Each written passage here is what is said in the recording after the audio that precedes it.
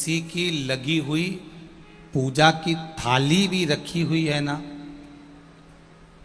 जरा समझना बेटमा की जीजिए, किसी की रखी हुई पूजा की थाली भी रखी है ना, और तुम्हारी थाली में अगर कोई सामान नहीं है, तुम्हारी थाली में अगर कोई चीज नहीं है तो कोई बात नहीं, बाजू वाली की थाली में से सामग्री उठाकर लेकर हमें भगवान शंकर को नहीं चढ़ाना।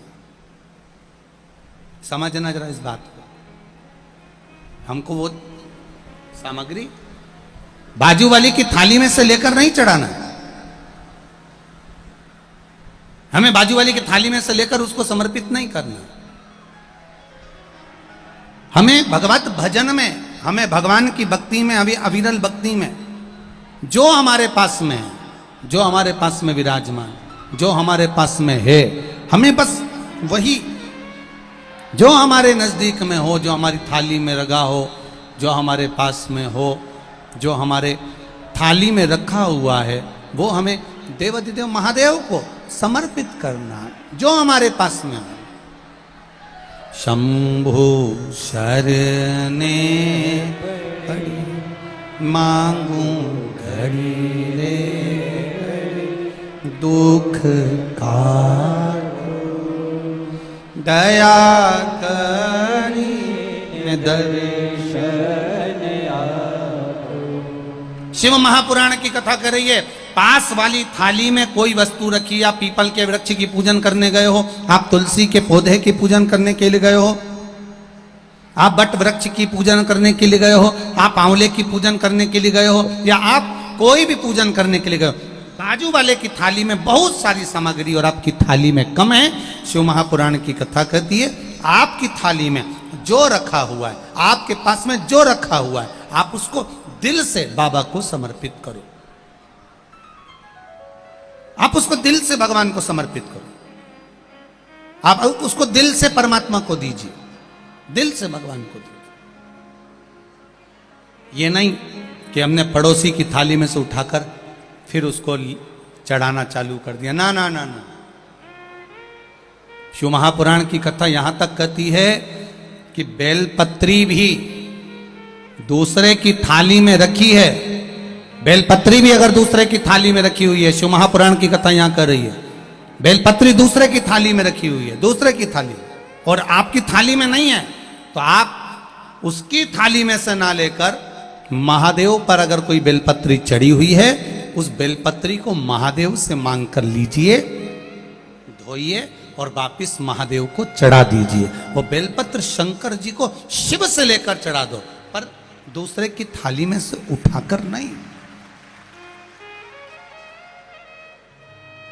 दूसरे की थाली में से उठाकर नहीं, आप शिव जी से ले लीजिए, देवाधिदेव महादेव से ले लीजिए और महादेव से लेकर महादेव को चढ़ा दीजिए।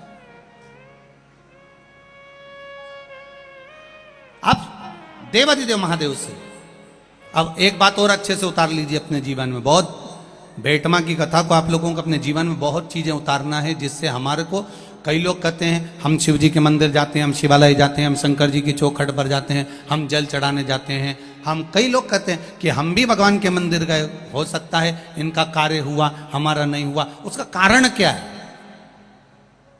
आपने भी पशुपति व्रत करे, पड़ोसन ने भी पशुपति व्रत करे, उसका कार्य हुआ और आपका नहीं हुआ, उसका कारण क्या है? मतलब कहीं ना कहीं हमारा विश्वास शिव जी के प्रति जागृत नहीं हो पाया, अटल नहीं हो पाया, दृढ़ नहीं हो पाया।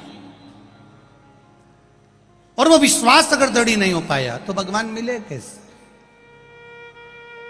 आप आए नहीं और सुबह हो गई, मेरी पूजा की थाली धरी की।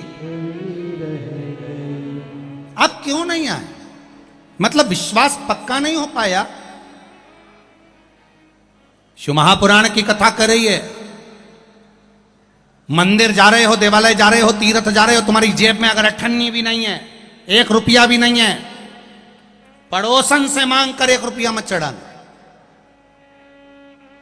शिव महापुराण की कथा बड़ी विचित्र कथा है।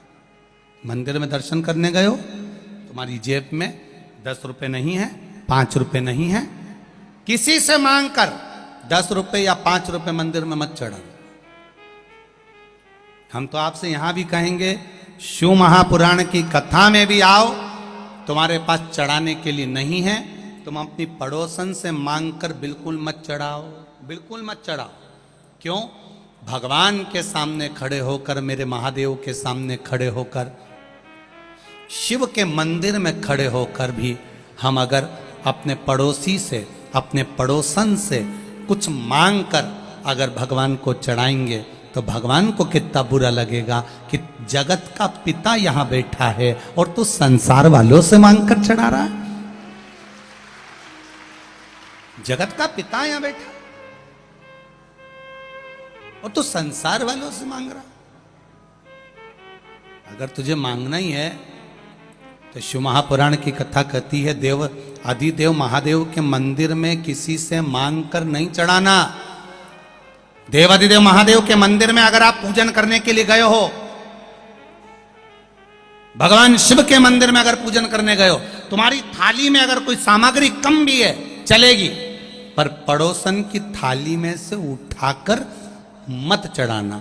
शंकर जी कहते हैं, फूल नहीं है मुझसे ले लो, बेलपत्र नहीं है मुझसे ले लो, धतूरा नहीं है मुझसे ले लो। शंकर जी कहते हैं, मेरे ऊपर चढ़ी हुई सामग्री तुम वापिस धोकर मुझे चढ़ा दो, पर किसी से मांग कर मत चढ़ाना, क्योंकि मैं दूंगा तो ज्यादा दूंगा। अब आप प्रैक्टिकल करके देखो। अब एक प्रैक्टिकल करिएगा आप, पड़ोसन की थाली में से जो जो सामान उसने थाली में रखा, जो जो सामान रखा, उसका नरियल, उसकी अगरबत्ती, उसका दिया, सब तुम उठा के भगवान पे चढ़ाया हो। एक बार प्रैक्टिकल करके देखना हो। अब पड़ोसन का मुंह देखना, फिर तुमने तो उसकी थाली में से उठाकर चढ़ा दिया, अब उसका मुंह देखो तुम जरा जोरदार। अभी तक तो वो ब्रह्म कुमारी थी, थोड़ी देर में चंद्र घंटा बनने में उसको देरी नहीं लगेगी, थोड़ी देर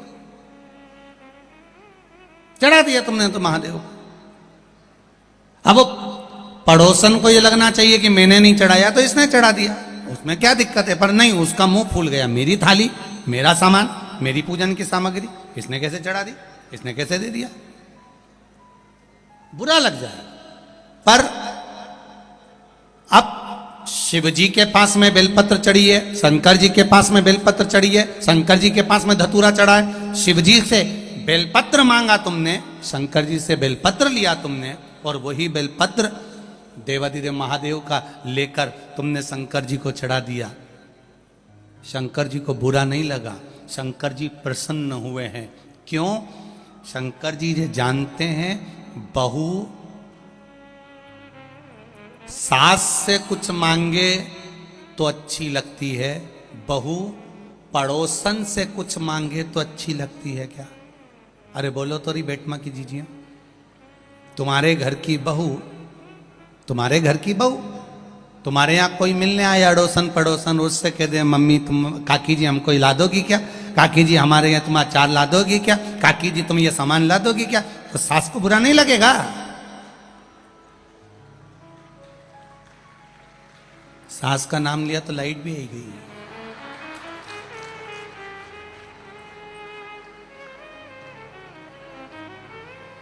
जरा विचार करिए आप, थोड़ा स्मरण करिएगा। घर की बहू, घर के बच्चे, घर के बेटा बेटी अपने घर के लोगों से मांगेंगे, माता पिता से, सास ससुर से, वृद्ध से, बुजुर्ग से मांगे, अच्छा लगेगा। पर वही पड़ोसी से मांग रहे हैं, दूसरे से मांग रहे हैं, अच्छा नहीं लगेगा। अगर दूसरे से मांग रहे हैं तो श्रेष्ठ नहीं लगेगा। मेरा महादेव भी ऐसा ही है, मेरा देव अधिदेव महादेव भी यही कह रहा है, मांगना है मुझसे मांगो, मुझसे। दूसरे